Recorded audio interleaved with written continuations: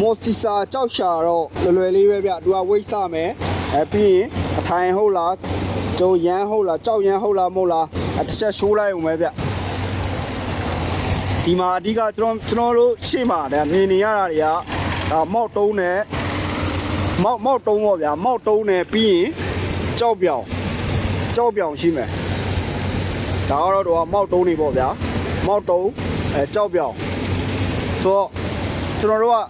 အဲ့အနဲ့ကွဲပြားနေတဲ့အရာဘာလဲဆိုတော့ဒီမှာဗျဒါမျိုးတွေပေါ့ဗျာ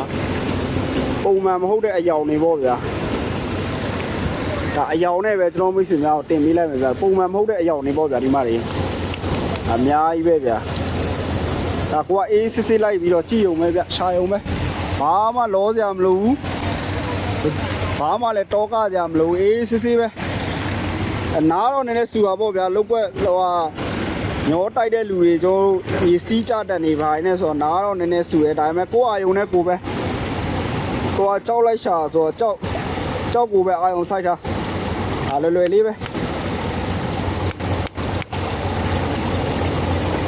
ဒီချက်လွယ်ရဘာမှမရှိတော့ဘူးဗျအဲ့အကြောင်းမို့